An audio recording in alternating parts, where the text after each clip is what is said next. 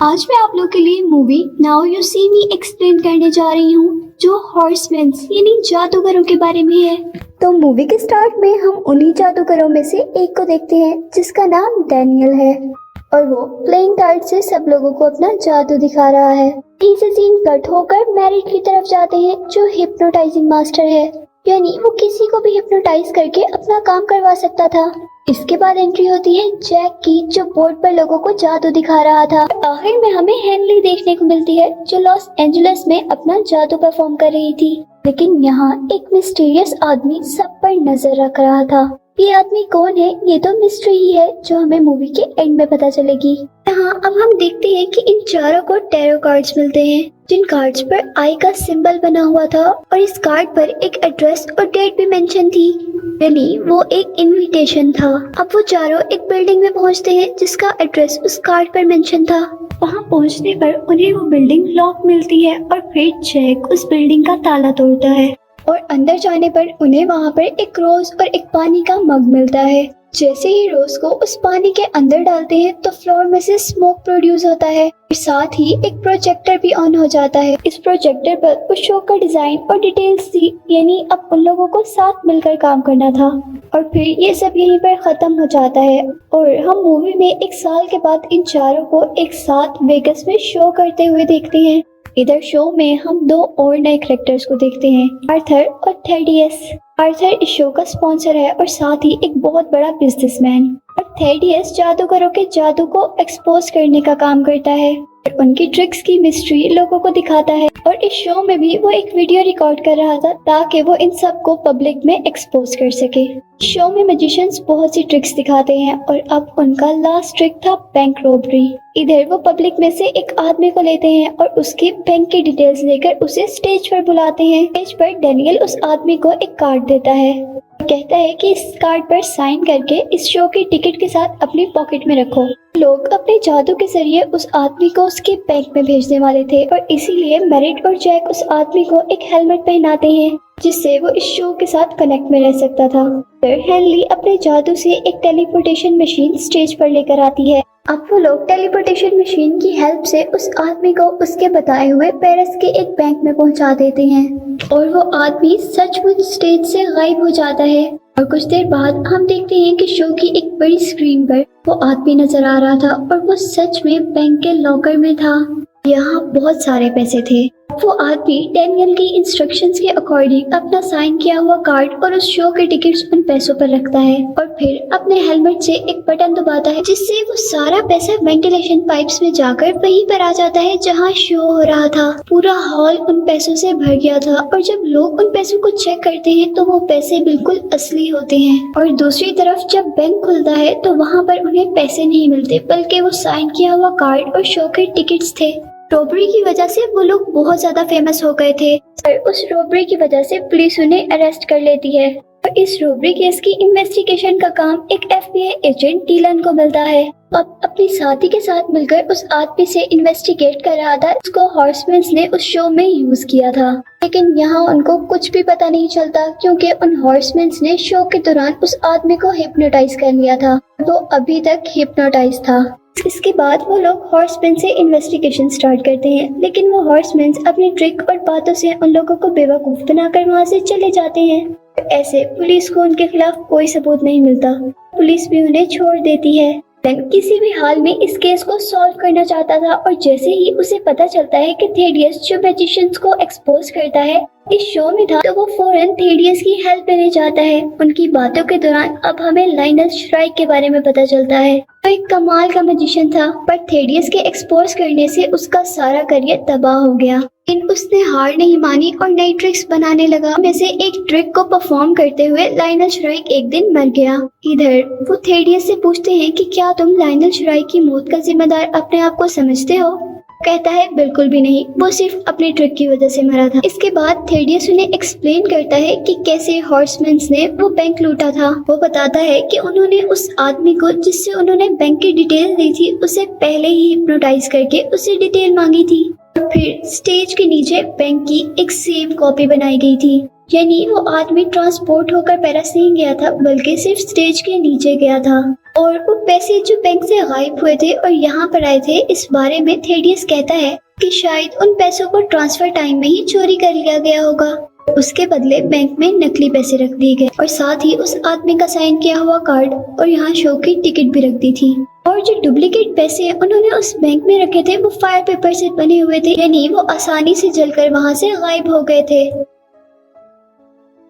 के बाद हम हॉर्समैन्स को अब एक नए शो में देखते हैं। हॉर्समैन्स के इस शो में डिलन, उसके साथी और थेडियस भी आते हैं। अब वो इस शो में अपनी लास्ट ट्रिक के लिए एक बिजनेसमैन आर्थर को बुलाते हैं और आर्थर ही इनके शो का स्पॉन्सर था। इधर डैनियल शो में आए लोगों से उनका बैंक बैलेंस चेक करने को कहता है। इसके बाद हेनली एक बहुत बड़ा सा चेक लेके आई होती है जिसमें वो पैसे मेंशन थे जो आर्थर के प्राइवेट बैंक अकाउंट में थे, जो अप्रोक्सीमेटली $140 मिलियन थे। और यहाँ मेरिट शो में आए हुए लोगों से दोबारा उनका बैंक बैलेंस चेक करने को कहता है और हैरानकुन तौर पर उनके अकाउंट में बैंक बैलेंस बढ़ता जा रहा था। अब जितने पैसे उस शो में आए हुए लोगों को मिलते हैं उतने ही पैसे उस आर्थर के अकाउंट से कम हो रहे थे और ऐसे उस शो में आए हुए लोगों को सारे पैसे मिल जाते हैं और आर्थर का बैंक बैलेंस 0 हो जाता है। अब हॉर्समैन बताते हैं कि इस शो में आए सभी लोगों को जानबूझकर बुलाया गया था। लोगों को नेचुरल डिजास्टर की वजह से नुकसान उठाना पड़ा था। जब वो लोग इंश्योरेंस क्लेम करने गए थे तब उन्हें इंश्योरेंस के पैसे नहीं मिले। ये इंश्योरेंस कंपनी आर्थर की थी और इसीलिए उसके बैंक अकाउंट से सारे पैसे निकालकर इन लोगों को दे दिए गए। ये सब बताकर वो हॉर्समैन वहाँ से गायब हो जाते हैं। डिलन उन लोगों को पकड़ना चाहता था लेकिन वो फिर भी यहाँ से भागने में कामयाब हो गए थे। नेक्स्ट डे डिलन की साथी डिलन को द आई मैजिशियंस कम्युनिटी के बारे में बताती है, जो अमीरों से पैसा लूटकर गरीबों को देते थे। साथ ही वो इस दुनिया में गलत कामों को भी रोका करते थे। वो बताती है कि द आई कम्युनिटी हर 100 साल में 2 से 3 मैजिशियंस को अपनी कम्युनिटी में शामिल करते हैं। और फिर वो कहती है कि मुझे लगता है कि शायद वो हॉर्समैन्स इस आई कम्युनिटी में शामिल होना चाहते हैं और इसीलिए वो ऐसा कर रहे हैं। तब डिलन उसकी तरफ देखता है और कुछ सोचते हुए कहता है कि मुझे तो लगता है कि उनके साथ कोई 5वां आदमी में मिला हुआ है जो उनकी हेल्प करता है। इसी के बाद हम देखते हैं कि डिलन के फोन में कोई खराबी आ रही थी और जैसे ही वो फोन चेक करता है तो उसे पता चलता है कि वो तो उसका फोन है ही नहीं। उसका फोन तो डैनियल के पास है और इस फोन में आए हुए सभी मैसेजेस और कॉल्स ट्रेस हो रही थी। और इसके बाद इन्वेस्टिगेशन करने पर डिलन को उनका एड्रेस मिलता है जहां पर वो हॉर्समैन्स 1 साल से रह रहे थे। पर डिलन के वहां पहुंचने से पहले वो हॉर्समैन्स अपने सारे सबूत मिटा देते हैं। देखते हैं कि जैक कुछ पेपर चला रहा होता है और तभी डिलन वहां आ जाता है। बाकी तीनों हॉर्समैन्स वहां से चले गए थे, सिर्फ जैक ही वहां पर रह जाता है। जैक का अभी भी कुछ काम पड़ा था और इतने में ही दोनों के दरमियान में फाइट शुरू हो जाती है, लेकिन जैक वो पेपर्स लेकर वहां से भागने में कामयाब हो जाता है। अब हम देखते हैं कि जैक की कार के पीछे सभी FBI की कार्स लगी हुई थी क्योंकि वो जैक को पकड़ना चाहते थे और उससे वो डॉक्यूमेंट्स लेना चाहते थे जो उसके हाथ में थे। यहीं पर जैक की कार का एक्सीडेंट हो जाता है और वो मर जाता है। डिलन जल्दी से उसकी कार से वो डॉक्यूमेंट्स ले आता है और इतने में ही वो गाड़ी ब्लास्ट हो जाती है। यहाँ डिलन को उन पेपर से पता चलता है कि अब हॉर्समैन प्राइवेट सिक्योरिटी कॉन्ट्रैक्टर को लूटने वाले हैं जिसने मिलियंस डॉलर की करप्शन की हुई थी। इस चीज की इन्वेस्टिगेशन गवर्नमेंट भी कर रही थी और ये केस भी डिलन के ही अंडर था। और यहीं पर हमें ये भी पता चलता है कि डैनियल ने ये सारी इन्फॉर्मेशन डिलन के मोबाइल से ही ली थी। अब उनको पता चलता है कि वो सारे पैसे एक बहुत सिक्योर लॉकर में हैं और उस लॉकर को एक हाउस में रखा गया है। FBI की टीम उस बॉक्स की सिक्योरिटी के लिए वहाँ पर जाती है, लेकिन वहाँ जाने पर उन्हें वो हाउस बिल्कुल खाली मिलता है, यानी वहाँ पर कोई लॉकर नहीं था। और तब इन्वेस्टिगेशन करने पर पता चलता है कि डिलन के बॉस ने ही उस बॉक्स को ट्रांसफर करने की परमिशन दी थी, यानी उन हॉर्समैन्स ने उसके बॉस को भी हिप्नोटाइज कर लिया था। और जैसे ही अब डिलन उस ट्रक को ढूंढते हैं जिसमें वो तिजोरी थी तो वो देखते हैं कि वो लॉकर तो गलत है और इस लॉकर में सिर्फ बलून्स ही बलून्स भरे हुए हैं। यहाँ अब हम उन हॉर्समैन्स को YouTube की एक वीडियो पर देखते हैं जहाँ वो अपने नए और आखिरी शो के बारे में बता रहे थे कि उनका शो किस जगह और किस टाइम पर होगा और ये शो बिल्कुल फ्री होगा, इसे सारे देखने आ सकते हैं। और ये सब FBI की टीम को भी पता चल जाता है और FBI की टीम भी वहाँ जाती है जहाँ पर उनका शो था। यहाँ मैजिशियंस बिल्डिंग के अंदर से लाइव ब्रॉडकास्ट करते हैं। प्रोजेक्टर से बिल्डिंग के ऊपर शो हो रहा था। फिर वो लोग बिल्डिंग की रूफ पर जाते हैं जहाँ उन्हें FBI पकड़ने आ जाती है, लेकिन FBI उन्हें पकड़ नहीं पाती क्योंकि वो सिर्फ पुतले थे। तो देखते हैं कि यहाँ वो तीनों मैजिशियंस दूसरी बिल्डिंग के टॉप पर थे। वो लोग अपने फ्रेंड से बात करते हैं और साथ ही वो बिल्डिंग से जंप लगा देते हैं। यहाँ भी वो तीनों असली नहीं थे, सिर्फ प्रोजेक्टर्स थे। इतने में ही वहाँ से सारे पैसे उड़ने लगते हैं। हमें दिखाया जाता है कि वो तीनों बिल्डिंग के पीछे से ही भाग रहे हैं। सभी लोग वो पैसा जमा करने के लिए लग गए थे, लेकिन एक FBI एजेंट देखता है कि वो पैसा तो नकली था।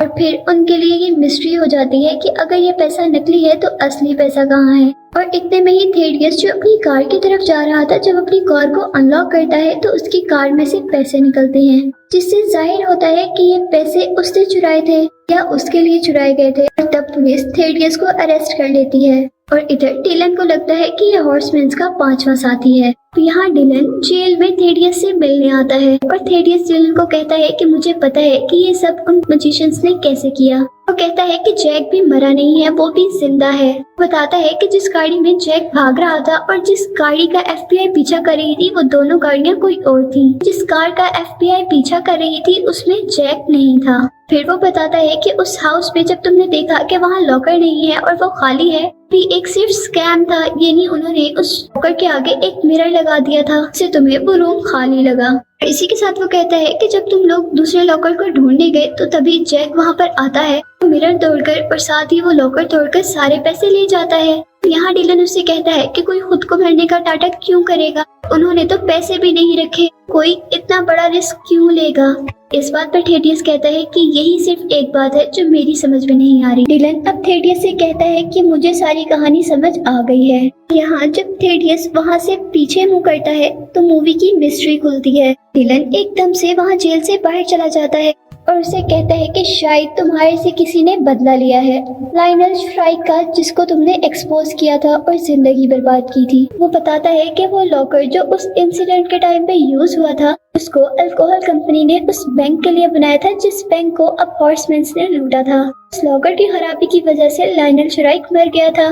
लाइनल श्राइक के मरने के बाद उसकी फैमिली के लिए बिजनेसमैन आर्थर की कंपनी ने इंश्योरेंस क्लेम नहीं किया था और इसीलिए उस आदमी ने आर्थर के भी बैंक से वो पैसे निकाल लिए और इन हॉर्समैन्स ने इन सबको लूटकर लाइनल श्राइक का बदला लिया है। इन सब ने तुम्हें फंसाया है। और इसी के बाद जब थेडियस कुछ सोचने के लिए पीछे मुड़ता है तो अचानक डिलन बाहर आ जाता है, जिससे मूवी की मिस्ट्री खुल जाती है कि यही 5वां हॉर्समैन है। हमें ये भी पता चलता है कि डिलन ही लाइनल श्राइक का बेटा है और उसी ने ये सब अपना और अपनी फैमिली का बदला लेने के लिए किया था। और जो मूवी के स्टार्ट में हमने एक मिस्टीरियस आदमी को देखा था जो उन चारों पर नजर रख रहा था, वो भी यही था। ये चारों हॉर्समैन अब लॉस एंजलिस जाते हैं, जहां उन्हें लाइनल श्राइक का एक ट्री मिलता है, इसके अंदर आई का सिंबल बना हुआ था। और वो जैसे ही चारों अपने अपने कार्ड्स उसमें लगाते हैं, तभी वो देखते हैं कि वहाँ पर सारी लाइट्स, सॉन्ग्स, स्विंग्स ऑन हो गई हैं। और यहाँ पर अब उन्हें डिलन मिलता है, जिसे देखकर वो बहुत खुश होते समझ जाते हैं कि डिलन ने ही उन सबको इकट्ठा किया था। डिलन ही वो 5वां हॉर्समैन है और डिलन भी आई कम्युनिटी के लिए काम करता है और अब डिलन उन सबको आई कम्युनिटी में वेलकम कहता है। इसी के साथ ये मूवी यहीं पर एंड हो जाती है।